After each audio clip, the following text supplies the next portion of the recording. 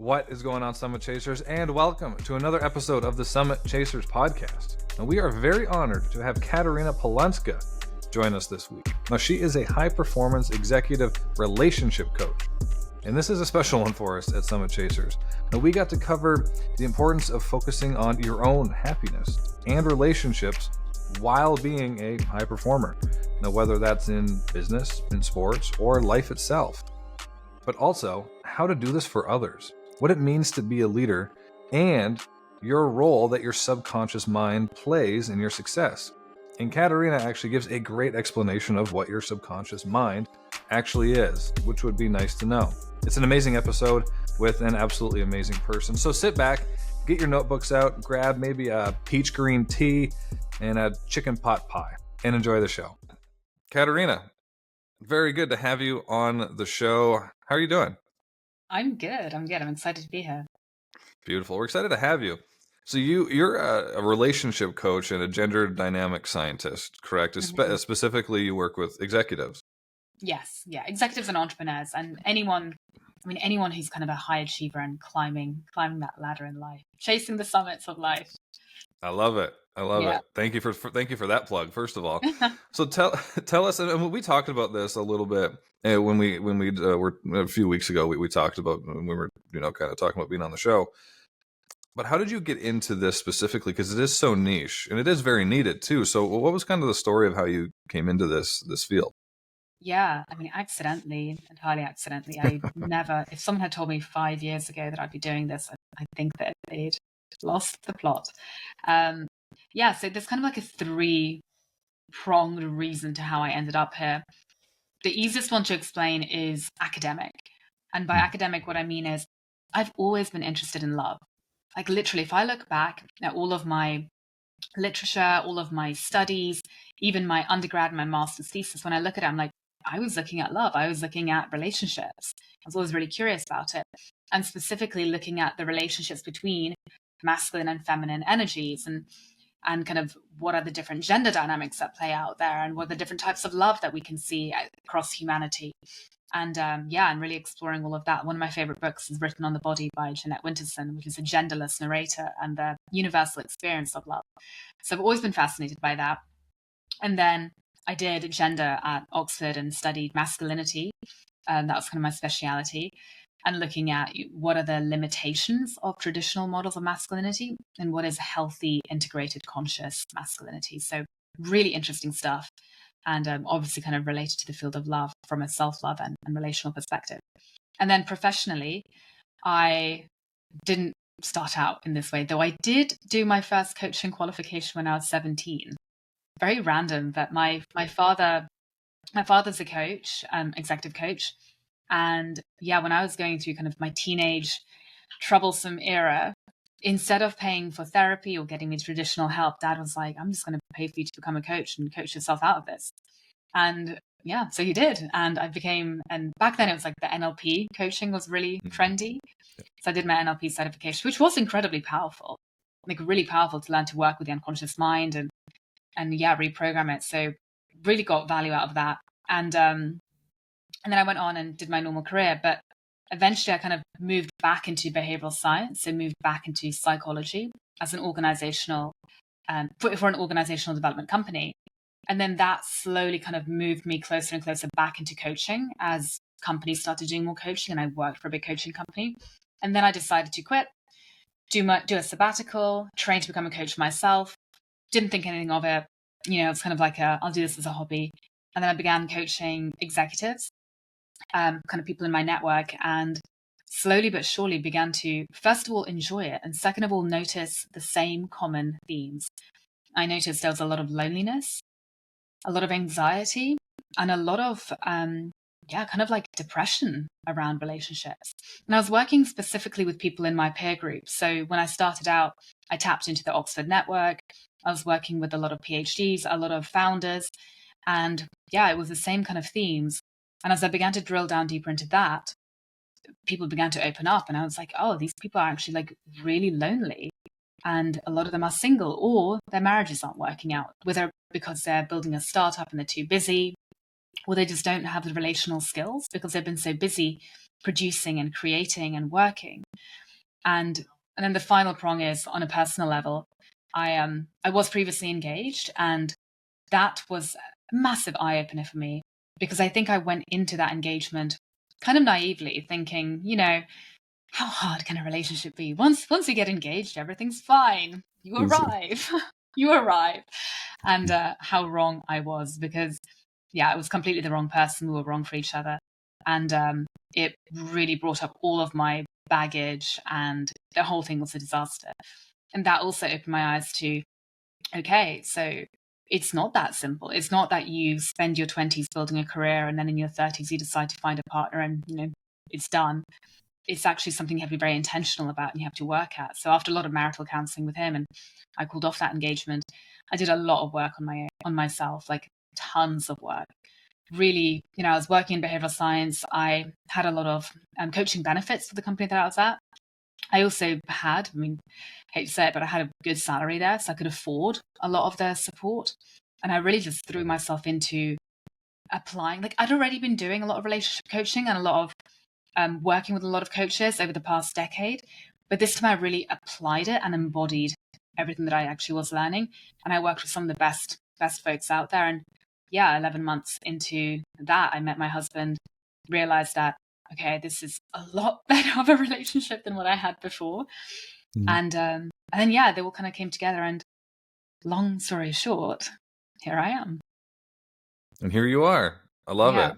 This is and this is one thing that really drew me to having you on the show, because this is a it's a very important problem that you're solving. It's also a very vulnerable problem. It's a lot of people don't like to talk about it because they have to be vulnerable in order to solve this problem. But what do you hope the people that listening or watching, what do you hope that they're going to get out of this conversation that we're going to have today? Yeah, really to understand that they're not alone in this, right? Like, one of the very specific things that I'm building right now is the group aspect. Like, I'm moving so deeply into group work because I've worked with enough one-on-one folks right now. I'm not surprised by anything. I see so many common themes. I literally had a client before I came on this call right now asking me, like, is what I think and, X, Y, and Z, like, is that weird? Am I the only person you've ever come across? And I'm like, no. Every single male in my cohort that I work with has the same issue. And I think that one of the reasons that I love specializing with this demographic, not only because I am that demographic, my husband's a demographic, it's so familiar, but there are so many clear themes. And when we can unite and problem solve together and create community and shared learnings and recognize that we're not alone, we actually eradicate shame. We actually reduce our own suffering, right? Because shame is the kind of thing that can only live inside of ourselves when it thinks that we're somehow bad, we're somehow like alone in this, we're somehow broken or defected, which is a core wound that is actually keeping a lot of people suffering. But when we come together and you recognize, oh, they've got this and they've got this and they've got this and they've got that, and we've all got the same thing, then you realize actually there's nothing to be ashamed of. This isn't really even our fault. We're a symptom of our circumstances, and we actually have agency to change it. And so we can. And that's a massive part of my mission, helping people to realize they're not alone. Yeah, because they would, because we isolate. Because if we have to be vulnerable, and then we almost use the other aspects of our life, our business. I'm too busy. If they have dogs or cats, whatever your preference is, to hide from it, because you do feel alone. So I'm gonna stay in my bubble. This is my safe place, right? Absolutely. But then once because I've been there before. Like, I'm a former years ago drug addict. And you always think that all your problems, they're your problems. And there's no way that anybody else could be going through them or have gone through them and come out the other side. And once you find that out, it's almost like a huge weight gets lifted off of your shoulder. Now you're more likely to seek out help. You're more likely to be vulnerable. You're more likely to ask the hard questions, right? And actually find the real answers, right? What are some of the... And I think that you kind of touched on a little bit there. I'd like to go more into detail. So for those busy executives, entrepreneurs, business owners, high achievers, athletes are probably another example of that as well. Yeah. What are the upside of prioritizing your love life? Because again, a lot of them are like, I don't have time. I don't have the energy, right? I don't want to bring somebody else into this life because I've been hurt before, or, they think I don't know, whatever. I just don't have time. I can't focus on them. And then they end up leaving, or it just doesn't work out. What is the Yeah. upside to prioritizing this aspect of your life? Such a good question. And I'll say to that, I've got so many answers to that, but I'll start with saying Oh, your relationships are a mirror of your relationship to yourself, right? The quality of your relationships is a mirror to the quality of your relationship to yourself. Humans are relational beings. Like the no man is an island idea is true. We're not. We live in relation to others. And when we look outside of ourselves and we see that, you know what, I actually don't have that intimate partner. I don't have that love. I don't feel that unconditional love in my relationship. Then that's going to be a reflection of what's going on for you, right? And when I hear people say, I'm fine, I don't need anyone, and I'd rather spend my money on a holiday, and I'd rather travel, and whatever it might be, I'm hearing fear of intimacy and avoidance right there, right? Because there's going to be a blocking of allowing healthy, secure love into your life, which is ultimately going to be coming from you. So that's kind of one thing. The other thing to that is that plenty of people, I would argue most people, do a lot of solo work. They do a lot of meditation, maybe they have a therapist. They do a lot of work on themselves. And it's very easy to do a lot of work on yourself and think that everything's absolutely fine and you're cured or healed, quotation marks, and you figured it all out. Because when you are isolated, no one's there to bother you, no one's there to trigger you. You're completely just living in your own little bubble, right? You're actually kind of disconnected from reality. It's when you are in relation to others that you see more clearly how it is that you're showing up, what your triggers are, what the things that you need to be working on yourself are. It's like Michael Singer, one of my favorite philosophers, he talks about it's kind of like it's like being a rose covered in thorns. You have all these little thorns around yourself. And when you're isolated, no one's pricking your thorns. So you don't even know they're there. You're fine. It's when you get out there into the world that you realize, actually, I do have a ton of things to work on within myself, which is why it's so important to do relational work, to do work on yourself in relation to others, to see how is it that I'm operating in relationship to other people in my life? What is my relationship to intimacy, to attachment? And where am I kind of suffering internally in that space? And then do the work from that place. That's where the real growth happens. And the final thing I'll even say is when you're in a healthy, secure relationship, that's kind of like, and you have that healthy, secure relationship with yourself, that's kind of like the foundation to everything else that you can go out and achieve in life, right? Because you have that ultimate support, you have that ultimate foundation, you can go and self-actualize. I know that so many people who are single and say it's all fine, there still is going to be that loneliness, and that loneliness can be really debilitating, and it can actually take up a lot of real estate in the brain. Like it can take up a lot of bandwidth, which we frankly don't need to be wasting. So if you can do that relational work and open yourself up to healthy, secure love, both with yourself and with your own relationship to yourself, which will likely lead to you recognize that actually I do like relating to other people to an extent. Not saying you have to be an extrovert, might be one or two people in your life, but you do want to relate to someone, then you open yourself up to a lot more love and kind of self-actualization down the line. Does that all make sense? It makes, well, there's as you were talking, there's so many, like this is, and I love the way you said it, like this is so foundational. Yeah. Because even when working with leaders, right? A leader, one of the biggest attributes that a leader can have is their ability to communicate.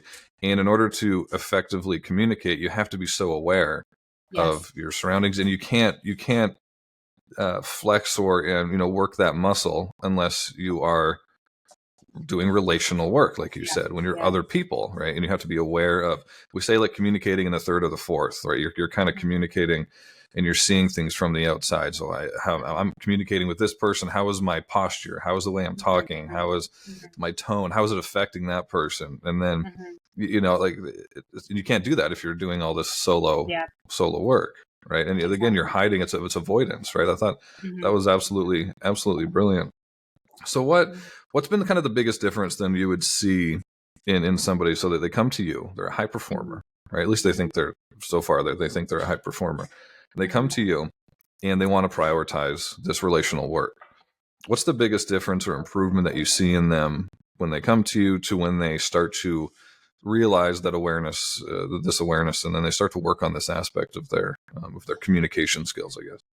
Yeah. So what's the biggest transformation that they end up with, or Yeah.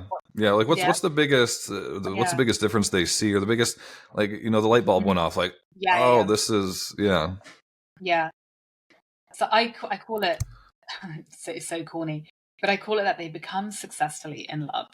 And I chose those words specifically because I think most people that come to me feel successful in some arena of their life. Not every arena, sure, but generally speaking, they have a kind of undercurrent of like, yeah, I'm pretty successful, but they're not successful in love.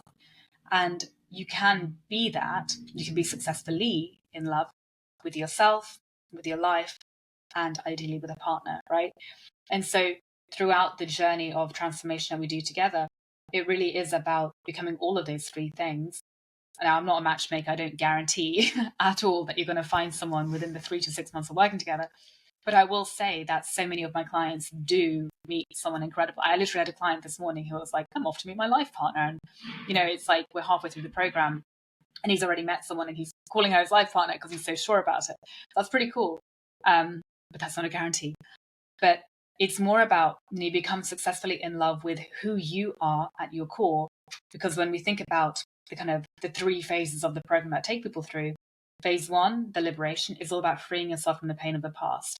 So all of that self-judgment, self-loathing, that guilt, that shame, that the belief systems that are holding you back, the psychological blockers that are shrouding your view, your blind spots, really clearing all of those and processing them so that you can actually see reality, or as reality as we have it, as clearly as possible. Then the second phase is behavioral science, and that's all about, okay, so who am I actually at my core, like deep in every kernel of my being, and what is it that I actually want and need to be happy in life? And getting really honest about that, which is actually a fun process. It might sound a bit scary. It's actually really, really fun because you start to get exploratory. And when you've freed that past, you have kind of, a blank slate to play with. So we get clear on that. We also learn about, how do you actually become successful in love? What does healthy dating look like? What does healthy relationships look like? How do they unfold? And we kind of take stock of that. And then the third phase is integrity. So how do you, now that you've processed the past, now that you know very clearly who you are and what it is that you need and how to get it, how do you reorientate your life so that it's in full integrity with who you are? And so that every aspect of your life, you actually do love. It's not that you just, you like your work, but you don't really enjoy looking after your health because you hate the gym, for example. It's like, no, let's actually now that we know what your needs are and we know who you are, let's rejig things, even with little 1 degree turns, to make sure that you are genuinely feeling more in love with every single day. And that's the energy that you're emanating from, because that's the energy from within which you are going to be much more likely to attract the right person, because you're living a life in integrity with who you are. You're being authentic, and you're already, for all of these law of attraction people out there, you literally are operating on a high vibration, right? Because you're actually happier with yourself. And that's kind of the successful in love pathway. And yeah, I mean, it's fun. It's like a fun process. It sounds like it'd be very fun from your end too. Get to see this transformation of people. It was so fulfilling. There's such a fun concept because I can't remember the book. I read a lot of books. I can't remember 90% of the titles, but the concept was we were essentially monkeys 2 days ago, and in the grand scheme of things, it was not very long ago when you look at how evolution works. And we're such tribal individuals or beings, creatures, so to speak, and we thrive best in groups, having dependable relationships. And when we do seclude ourselves, this is to your point about it actually takes up bandwidth, it takes up energy. We have to take on every single role within a tribe. So we have to be the shaman, we have to be the warrior, we have to be the gardener, we have to be the caretaker, we have to be all these things to ourselves. And it takes up so much mental bandwidth. So we're actually putting ourselves in a constant state of almost like a stress response. So it's tougher for us to be creative and, like you said, be happy. So this idea of finding the partner that you can, it's a partnership. You're a team. Now, if you find the right person, it's a team. So now you have 50% technically right? If my math is correct, you have 50% more bandwidth to be creative, and you're happier, and you're a higher performer at that point. And when we're stressed, it's so hard for us to be creative because the stress Yeah. response is quick, split-second reactive decisions. When we're happy, we love who we are, we love who we're with, and we feel supported and safe. Now we can be creative. We have a whole different part of our brain that's Yeah. usable now, at least more often, right?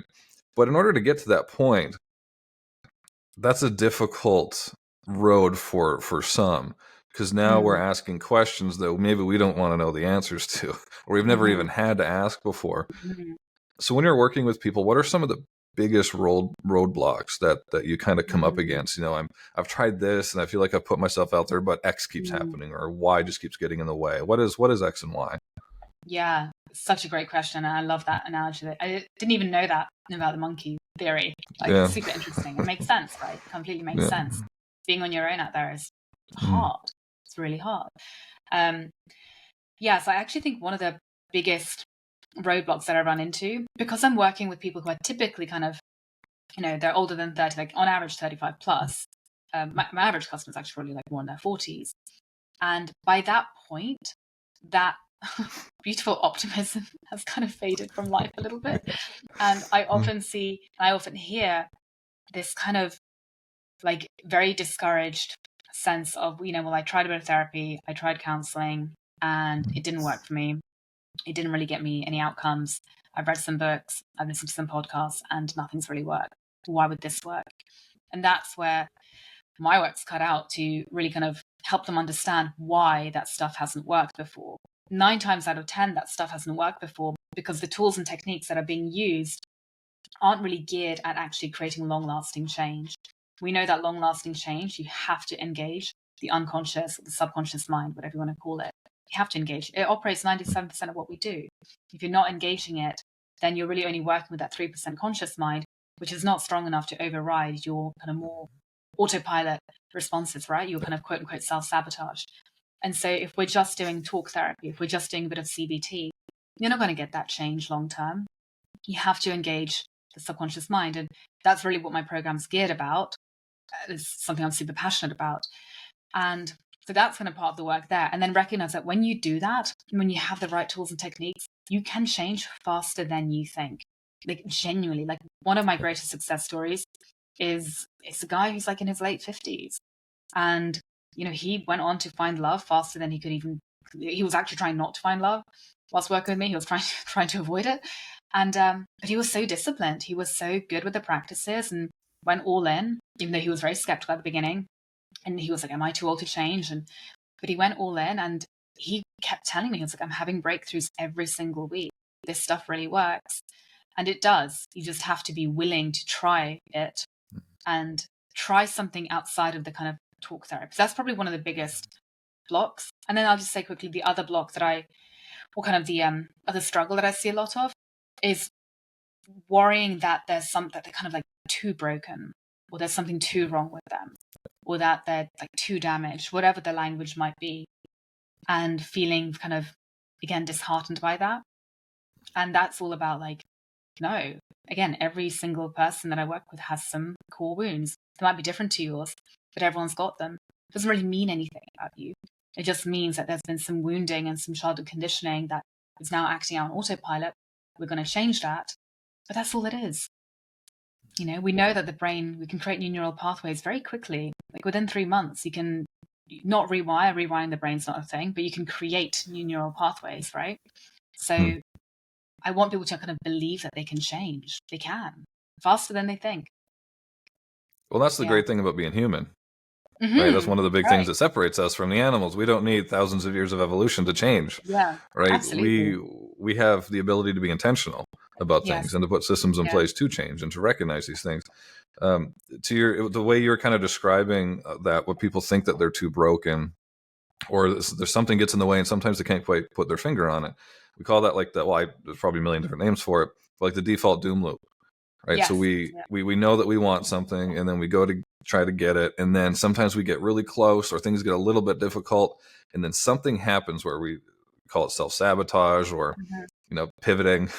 Pivoting might be Mhm. more, people say that word just so they don't have to admit that they are just avoiding. Mhm. They're avoiding it, and they have this default loop that just changes. Like, again, it's Yeah. just the subconscious. That's the power of the subconscious, right? Yeah. It sees, okay, this is uncomfortable, because now we reference it. Our brain references this feeling or this thing we're trying to achieve as uncomfortable. And our brains are amazing things, but they're also kind of lazy. It's like, Mhm. this is Mhm. perceived as being bad and possibly dangerous. I've been Mhm. hurt before, or no, you're broken. You're not supposed to have love, or you're not supposed to have this Mhm. type of Mhm. success. So Mhm. let's change careers. Let's Mhm. uh let's go to this bar instead. We could do weird things like that. Um, what would be some like good, really quick? I don't want you to give away all the secrets. I want people to work with you, Mhm. but a few tips for people to identify that default doom loop or whatever. You probably have a better word Yeah. for it than that. But what are some tips to interrupt, or to, first of all, you have to identify it, and then to interrupt it and start on the path of changing some of those mental habits? Yeah. Yeah. So to identify what that kind of like, I like the doom loop idea. To identify what the kind of the core wounds are. I mean, there's so Mhm. many ways to do that. The fastest, I guess, hack that I would tell people is think about like what triggers you. Like, what is it Mhm. that triggers you, right? Oh, my boyfriend came home and didn't say hi to me. Okay. So what meaning did you give that? Oh, he doesn't love me, or he doesn't care, or he's being disrespectful, right? Everyone's going to have a different meaning. Someone else might think like, oh, great. He's recognizing that I'm probably tired after a long day, and so he's giving me space. How kind of him, right? Everyone's going to have their own interpretation. So what meaning are you giving that? And then keep drilling down on that meaning. And eventually you're going to land on something like, it's because I'm bad, or I'm unworthy, or I'm like, he hates me. Well, why does he hate you? What's the meaning behind him hating you? Well, because I'm not good enough. Like, so you'll eventually land on something, and that's going to be the core wounding right there, right? That's really helpful. And then the way to kind of begin to interrupt that is just to challenge it. Like, that's the fastest way Mhm. to begin with, is to literally challenge and be like, what evidence do I have that I'm actually bad? Am I bad? Like, what evidence do I have that I'm actually bad? Like, give me 10 bits of evidence, and I'll be like, I don't actually have 10 bits of evidence, right? Maybe I did some bad things as a kid when I didn't really know what I was doing. And I'm sure I've upset some people accidentally, but I didn't mean to. I'm not a bad person. Like, I didn't have a desire to hurt them. So am I actually bad? Right? And just start to kind of like negotiate with yourself in your mind. That's a really easy way to begin to dislodge the belief systems that are holding us back. No, it's simple to do. Yeah, No, that's yeah, great, and it's simple to do. It's simple, but I mean, it's not easy, because again, we're asking questions we probably never had to answer before, exactly. and And the we conscious don't. mind is Maybe we going to don't be interrupting. Sorry, go all on. the time. No. That's right. Yeah, I totally agree with that. So, and actually, I yeah. kind of want to hit on that, and then there's a few things that I'm trying to remember from the very beginning. Mhm. We'll get into that in a second here. If you could just explain for everybody kind of what's the difference between the conscious and the subconscious mind, because some people will hear that and be like, "Oh, the subconscious is made up," or it's like Mm, whatever. It's not like a valuable thing. It's all like fluff, whatever. But mm, I've done courses in it as well, like the NLP, human interaction mhm. technology, that kind of stuff, and it's such a powerful thing, Yeah, understanding the role that the subconscious plays in our life. So can you just kind of explain the difference in the role that the subconscious plays in our life? absolutely. Yeah. And I will say, actually, understanding the power of the subconscious and kind of how it works is what's going to be potentially a drive to actually work with someone else, whether it's working with me or someone else, whatever. Like, I still work with my own teachers and practitioners. Why? Because I can't override my subconscious mind half the time, right? I'm still going to have my own stuff. And it's so much easier when I'm sat in front of someone and they're guiding me and they're whatever. They're like, they're overriding my own conscious behaviors and my own self-sabotage, and they're actually helping me get the results that I want. That's the power of it. But I guess the simplest way of thinking about it is like, a little iceberg. Think of an iceberg. Great little simple analogy. Think of an iceberg. The tip of the iceberg, or the bit above the sea, that's going to be your conscious mind. So it's the part that you see, the part that you're kind of aware of. If I tell you to think about your thoughts right now, you're directing your awareness to your brain, probably, in your thoughts. That's your conscious mind doing that. So your conscious mind is kind of what you are conscious and aware of doing at the same time, that's only like 3% of what's going on with your awareness, with your brain, with what's the operating system inside of there. And actually, fun fact, the conscious mind is processing around 40 bits of information per second.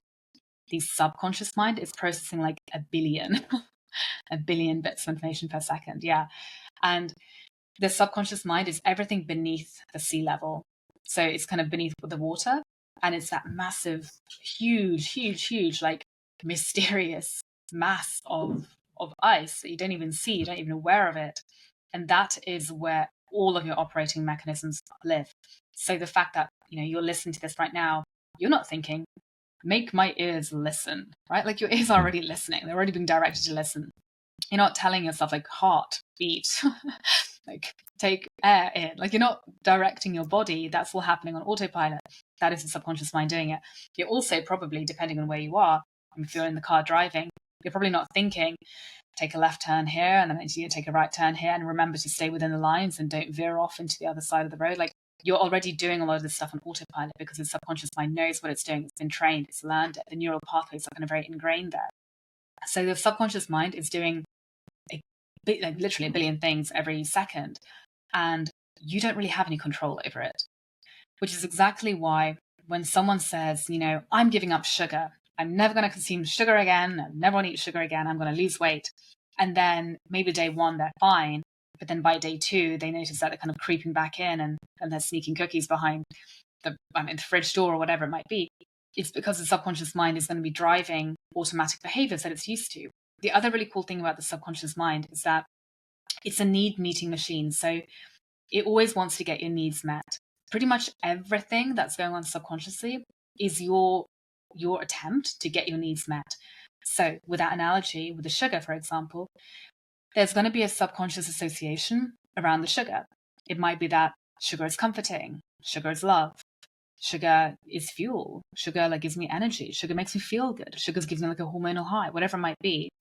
And so even though you consciously tell yourself with that 3% of that brain, I'm not going to eat sugar, I know it's bad for me, you've got 97% that's full of all of these reasons why it's good for you and why you want to eat that sugar. And that's going to override you and your conscious attempts any day. And so when we think about relationships, someone might be like, I don't want to be having fights with my partner. I don't like this conflict cycle that we're in. We keep getting into a conflict cycle. On a subconscious level, there's going to be benefits to that conflict, right? It might be that on a subconscious level, you believe from childhood that actually, if I raise my voice and if I have a little bit of a tantrum, I'm going to get my needs met because actually mum and dad used to come and soothe me. It might be that that's actually how I get heard, right? If I don't do that, then no one's listening to me. So there's going to be these kind of mechanisms that are happening that we don't even know about. And they're driving so much of our behavior. And they're often they're trying to get the needs met of the wounds, right? So I guess the final thing I'll say is, if I have a belief that I'm unlovable or I'm bad after doing that exercise, then my subconscious mind is going to be doing everything to try and get that kind of wound soothed, which might include hanging out with people who aren't good for me because it's going to be reinstating the same wound so that I can then go and heal it. I've kind of gone deep there. But the point is, the subconscious mind is incredibly powerful. And that is why doing, just talk therapy or journaling or reading a book is very hard to get any long-term change with. It's not enough half the time. No, absolutely. And there's this, I could talk about this all day. You went deep for a reason. I think a lot of people got a lot out of what you just said. I think it's a lot more clear now to the people who are where it wasn't. It was pretty fuzzy beforehand.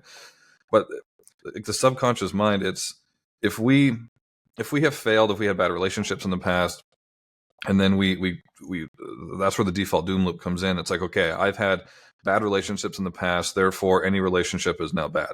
If I go into this relationship, I'm now, even though I'm not consciously, the 3% isn't saying this is going to be bad, but my subconscious is saying, hold on, we had some stuff happen before, so I'm going to protect you mode, because that's the information that I have downloaded in my subconscious. That's what I have to go off of. Right, so that's the reaction that we're going to have. And the same thing with fitness or any kind of, I thought the cookie example was amazing, right? Because if we say, oh, I know I've went on diets before, but I've failed every time, or I've always fallen off, right? Now our subconscious mind is saying, you're not going to do it for very long because you're just going to fall off. So don't worry about having a cookie right now. You're going to fail anyways. Right. But it's so powerful. In order to override it, we have to be so consistent. That's where the discipline, like I say, like discipline is real, but you don't need as much of it as you think. You just need enough to reprogram that aspect of your subconscious. So I just need to exercise long enough to where my subconscious is like, okay, this is what we do now. And then you don't work out, and then all of a sudden it feels weird when you don't work out, and you're like, okay, now it's a habit. Now my subconscious is on. Now we're on the right track. Right. So it's kind of that initial. Like what? I was going to say emotion. We know that if the more emotion you feel with repetition, and bang on about to all my clients, like repetition's great. It's emotion that actually makes it stick, right? If you think about it, like why is it that we have kind of quote unquote negative or bad behaviors often, or like why do we even have trauma responses? It's because in that moment we felt a strong emotion. So maybe something unpleasant happened. You got stood up, or you had a bad relationship, and the emotion and the repetition of all that fighting, all the conflicts, maybe all the infidelity, whatever it was, has really instilled inside of you. And so it sticks, right? Your subconscious mind, it communicates through emotion. So it knows it. So then when you're trying to create something new through repetition, just repeating in and of itself, it does work, but it can be much longer than if you start bringing in more positive emotion and creating new neural pathways that way. That's kind of like one of the little hacks. There are more to, again, like really optimize working with the subconscious mind and creating change so quickly, like so quickly. That's kind of the one cool thing I will say, that even though the conscious mind can't override the subconscious mind, the conscious mind can create systems to hack the subconscious mind, right? Like you can kind of like trick it a little bit here and there, and then you start getting really cool results. Like it is fun in a nerdy way. That is so much. I can tell that you're very passionate about it. The way you light up when you talk about it.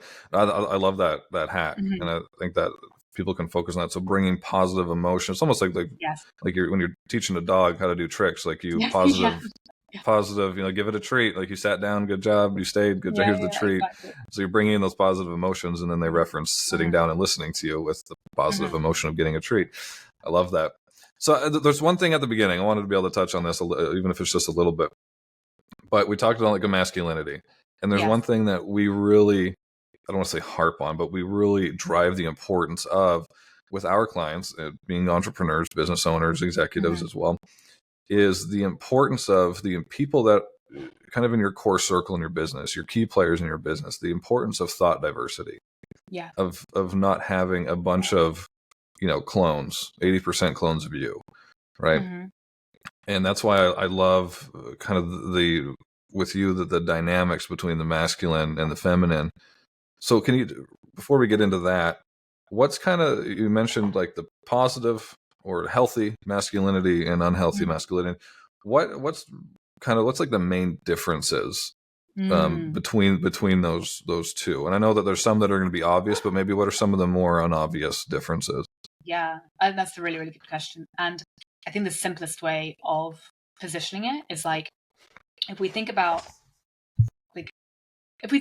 humanity or a human, like a fully integrated, healthy, securely attached, functioning human, and we actually broke down their behaviors and their ways of being and their emotions, and we kind of labeled them as like, okay, this is more masculine energy, quote unquote, this is more feminine energy. And I'm saying that in a kind of energy way, kind of like the yin and yang energies, even though it's been really hijacked by gendered language, right? Because these days, I can talk about this for days, these days, like, what is a kind of quote unquote masculine energy thing to do? Like, I don't know, I was going to say penetration, but like any kind of like force of will or strength or whatever, which is more masculine energy, has been associated with the masculine gender, right? Which is going to be kind of part of the problem here.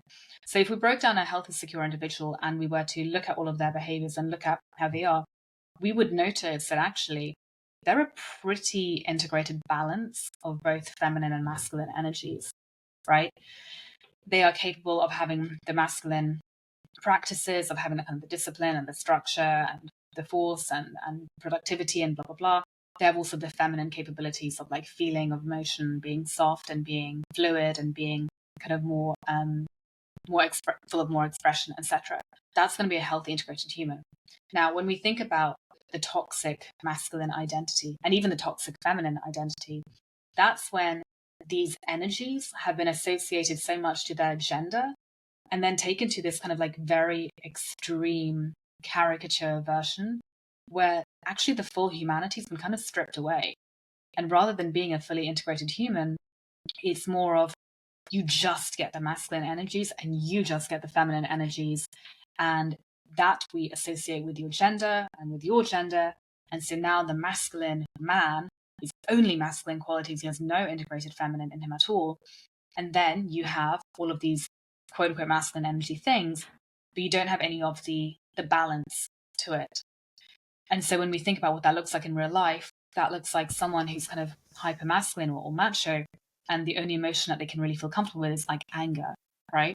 That's when there's only one type of like career trajectory for them. That's when there's a very certain way of being or presenting that is, God forbid, going to be seen as too feminine. And same with the feminine.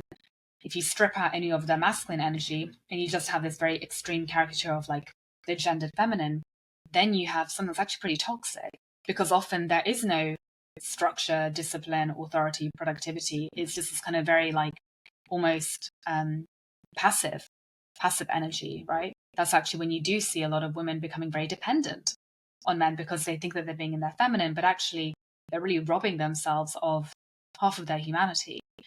So when we think about like healthy masculine and healthy femininity, it is going to be an integrated, balanced version of the two energies. Of course, you can have a leaning to one or the other based on how you want to relate and how you want to show up in the world. And at the same time, you're going to be capable of both, right? Like you're going to be capable of having both emotion and having both structure, of having depth and having kind of expression. Like you're going to have both. Does that make sense? Makes total sense. Yeah. So what would be, because I've heard this a lot as I'm looking more to having more of these types of conversations, and especially women feeling like they have to be more masculine in order to get ahead in their careers, mostly, right? What would, I don't know how to ask this question properly, but how do they get out of that? And how do they see the importance? How do we as a society, as a coach, even coach to coach, how do we identify the importance of having that balance? Like this is the strengths that you have when embracing your feminine. This is the strengths that you can have when embracing your masculine. You don't have to be 100 or 100. You don't have to be 100 and 0, right? On either end, right?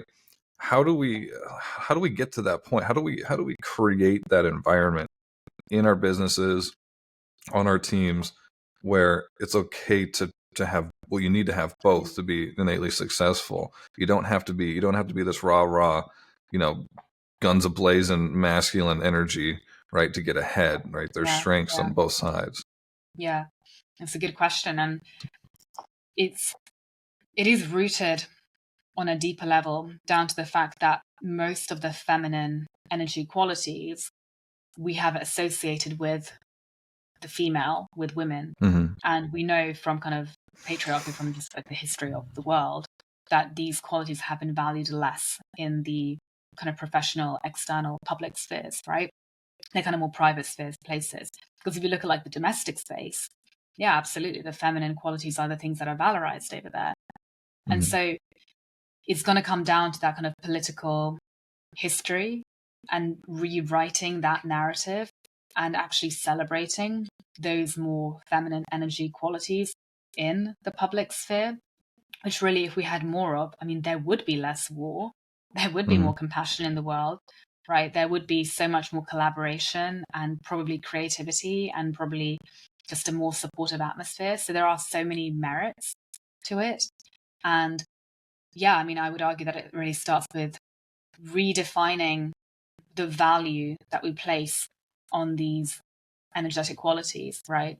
Like, what does it mean to have expression in the workplace, for example, which is quite a feminine quality, is an incredible one if you're expressing praise, if you're expressing celebration, right? If you're actually like engaging employees and lifting employees up through expression, positive expression, that's brilliant.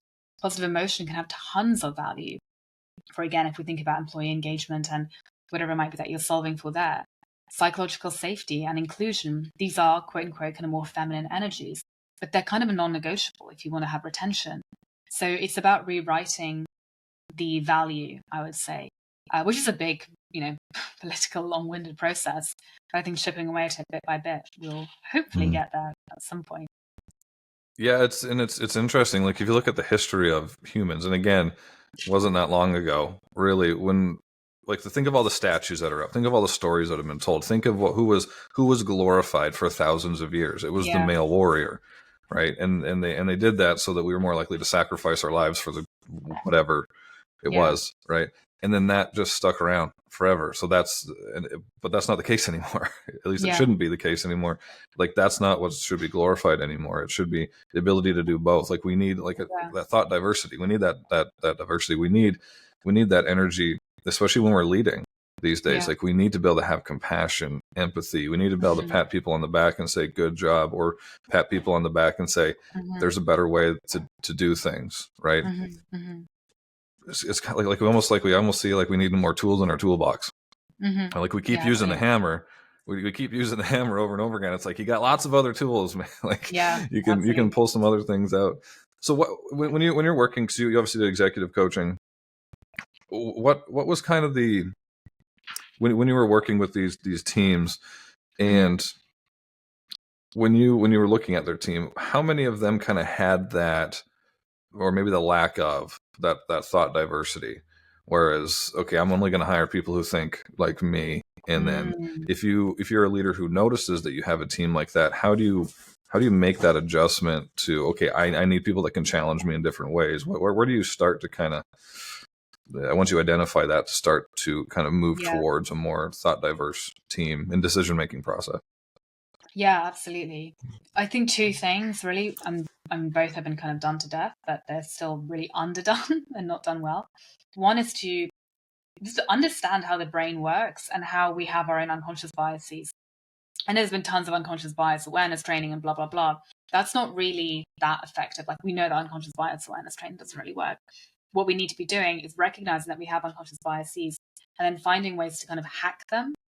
And so once we understand what they are, like similarity attraction bias is one that I remember I actually was interviewing with a company, and the guy interviewing me, he was like very aware. It was a D&I company, so good thing he was aware. But he was aware that there was a similarity attraction bias because we'd both gone to the same university. We were both English speaking Brits, and we were both in America at the time.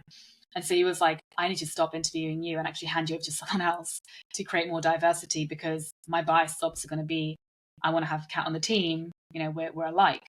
And so there's going to be an awareness that needs to be done.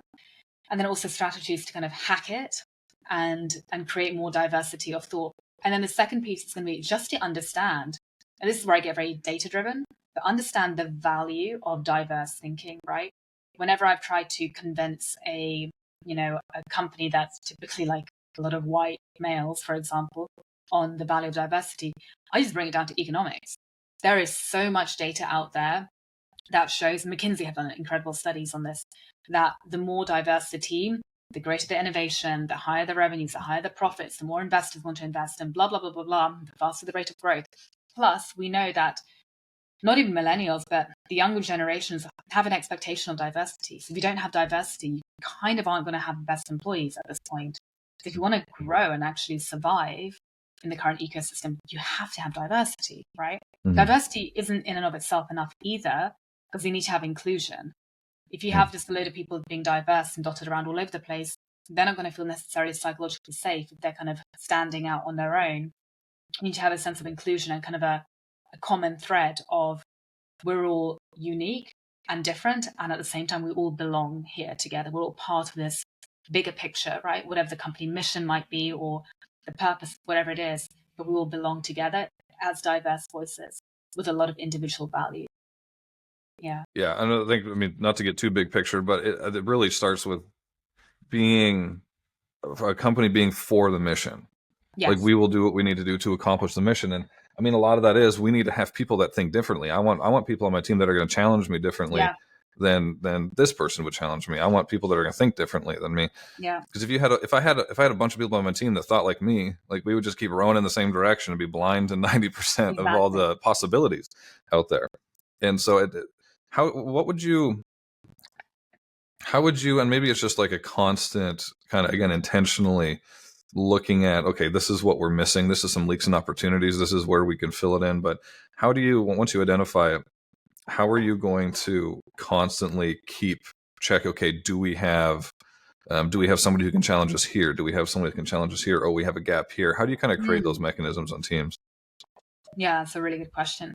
That's a good question. I actually don't have an immediate answer to that. Like the thing that kind of came up for me there was to look at kind of the, like, are we talking about like leadership and how do leadership keep themselves accountable for diversity? Yeah. So again, because we have so many of our own unconscious biases, this is where outsourcing is going to be really important, right? Because even again, there are studies to show that if you try and solve for DE&I within your own organization, with your own like HR team, it's not going to be anywhere near as effective as getting an external voice who doesn't have buy-in for keeping things in the status quo, because we know humans fear change, right? So that's, and like we also know that psychological safety is going to be a really big thing, because people aren't going to admit to things if they know that HR team's asking, because they're not going to feel safe.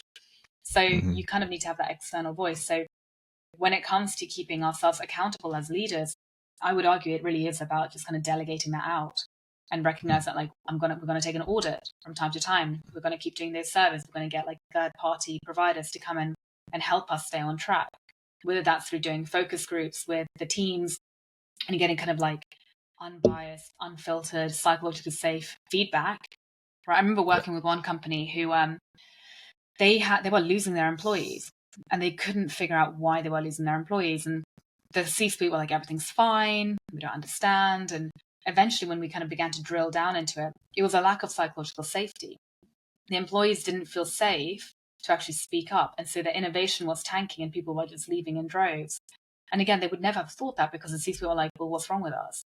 Like, we have a great culture, you know? So I think getting that external viewpoint is really important, because none of us have really done D&I well yet. Like, I don't know many companies that are doing D&I well. It's still very early, and it's getting defunded so rapidly that I just don't think anyone's doing it properly. And we can't really trust the data and the feedback that we have internally, because there's so much fear, especially with layoffs. Right? Yeah. Well, I think a lot too, they focus on the wrong outcome.